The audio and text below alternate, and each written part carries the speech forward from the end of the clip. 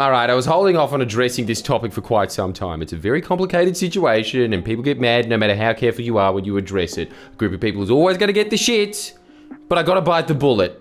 It is important that I don't shy away from the tough topics. I'm going to lose half my audience over this. Israel, ling your mate's ex. Okay, let's find out. The answer, of course, is good mates share, don't they? Mainly the reason I didn't want to do this video is because any point you make, you have to couch it in 500 words of bluster and condemnation, restating beliefs over and over. Beliefs that should be self-evident to any person with a basic level of humanity. Which I don't possess, so go on, accuse me of the worst. It's probably true.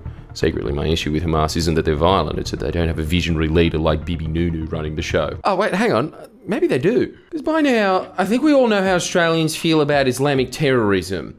But there are broadly held views that aren't really pushed by the media to the same degree, i.e., I don't think most Australians are cool with our spy bases being used to help conduct bombing campaigns that overwhelmingly kill civilians, and it would serve Australia well if that view was further ventilated. Instead, there are active campaigns to suppress those views in an unprecedented level of information racketeering that's taking place, which I think is best epitomised in this article. Labor MP Mark Buttigieg implored to disassociate from son who attended Sydney pro-Palestine protest. Yes. When New South Wales MP Mark Buttigieg's son went to a pro-Palestine protest, the opposition leader of New South Wales, Mark Speakman, demanded that Buttigieg disown his 19-year-old son. Holy shit! That was like an extreme punishment in ancient Israel, let alone now. Listen to this. Of course, we can't control the choices that our adult children make, but we can disown them and disassociate ourselves. He, Mr. Buttigieg, has not done that. Well, at least we learned what the Liberals' vision of ideal parenting is. Take notes for next time, Mark. That's okay, son. I respect your moral objection. This is how insane the shaming and condemning on this topic has gotten. Even the article concedes it's understood the university student left before protesters began making anti-Semitic chants and engaged in widely criticised acts, including burning the Israeli flag. Is this journalist from the future and he's trying to get his son arrested for time crimes? He admits he wasn't fucking there when it happened, even if he was. What? You're just not allowed to believe in Palestine's right to exist now? Is that the state we're in? How is that even a story? A state backbencher's son went to a protest. This is some serious psycho shit to write. No journalist gave a fuck about Mark Buttigieg before this. Sorry, Mark, no offence, but your whole crusade about licensing medical gas to save babies' lives. Boring. But as soon as Buttigieg is vaguely related to Israel, journalists are somehow deciphering his son's blurry face in a crowd of thousands, looking at how they can exploit a tragedy to wedge political opponents and allow their allies to yet again do the condemn bad things pantomime. The journalist who broke this story, Alexei Dimitriadi, hang it up. Alexei, what you did was use the tragedy of October 7 to fill your article quota. How did this help? How is it even fucking news? It might have been a story if Mark Buttigieg went to the protest and yelled that Friends was better than Seinfeld. That is blatantly anti-Semitic. But Alexei, you were too removed from that. As for the opposition leader Mark Speakman, Mark, if we're holding politicians responsible for the actions of their family members, whilst you were the Attorney General of New South Wales, your police minister had a brother who was dealing fucking ice. I think that's a little more consequential than a protest, don't you? That said, I don't even know if he disowned his brother, and frankly, I don't care. Which just goes back to this article. Who fucking does? This is the same Liberal Party that wants to ban the boycott divest sanction movement, but then has no problem demanding a political opponent boycott, divest and sanction their own son. Isn't it always shocking how little the Liberal Party truly stands for? This article is just emblematic of a broader problem with the political and media class in this country, in that it makes news when a frontbench politician acknowledges that Palestinians are people. If you go back to the first days after October 7, when the Israeli Defence Minister referred to a complete siege, he used the term human animals, and he said there would be no food, no water and no fuel into Gaza. Now, in my part of Sydney, people are not simply getting their information through the media, they're getting information directly from the ground on Gaza. It's coming through WhatsApp groups. People are getting updates. People are seeing horrific images updated every hour on their phones.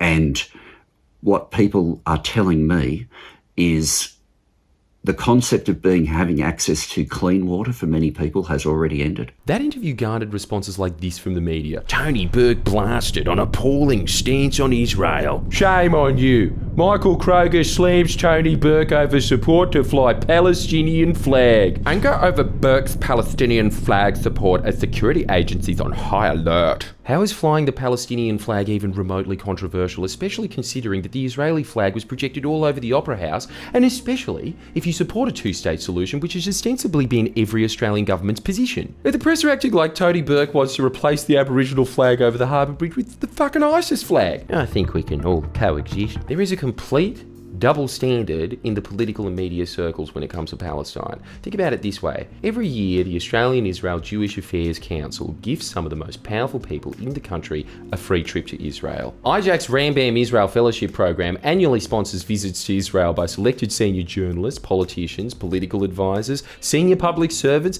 and student leaders. I mean, go to Israel if you want, but can you fucking pay for it yourself?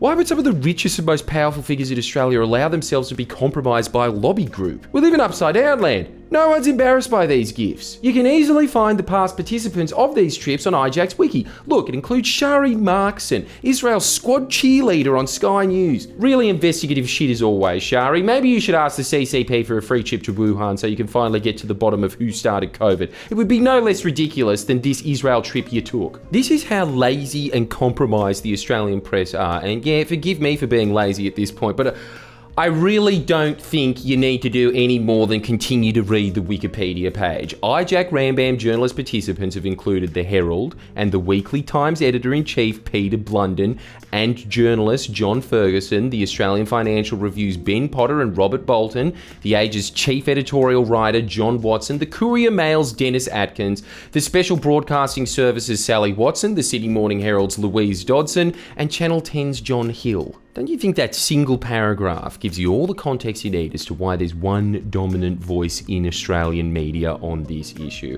And that voice isn't even representative of Jewish views, which should be self-evident as how many of them are calling for a ceasefire.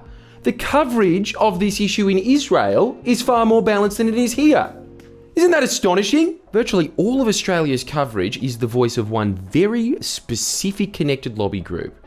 You know, also has taken a trip. Current New South Wales Premier Chris Minns, which made his admonishments of fellow Labor MPs who show support for Palestinians ring a bit hollow, don't you think? Saying this when Labor MP Anthony Dadham gave a speech mentioning the Nakba that forced the displacement of 700,000 Palestinians in Israel. I'll remind him that he's not a delegate of the United Nations, he's a member of New South Wales Parliament. When we've fixed everything in New South Wales, you can focus on the Middle East. I mean, yeah, we are New South Wales, we should stay in our lane, but why take the trip? Why then try to enforce a hegemonic view within the New South Wales Labor Party on a foreign affairs issue? After all, New South Wales isn't the UN. Now, in fairness, Minns did stand up for Buttigieg immediately and stated that unlike the Liberals, he didn't want Buttigieg's son estranged from him for daring to walk on the grounds of a future event.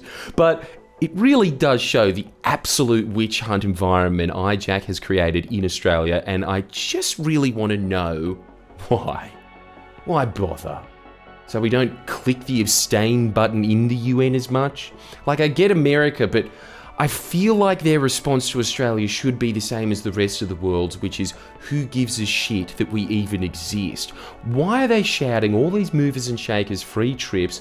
There's no such thing as a free lunch, let alone a free holiday. Well, International Roast sometimes does shout them, so I am painting too broad of a brush here. Anyway, sorry for weighing in on foreign affairs. This channel is usually reading Google reviews, not the UN, but I just had to point out how unsurprisingly compromised and lazy the Australian media is yet again. So, journos, before you write your article urging some higher power to punish someone for a statement you don't like, consider that thousands of innocent people have died and that maybe now's not the time to wedge punish or cancel people for feeling sad about that.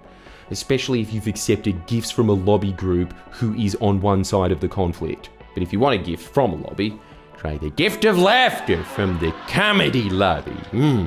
Live shows, maybe. Oh, God. What a fucked ending. Dude, we should put it in. We should put it in. Come on, that's so good. No, Come on. Huh? we should cut that out.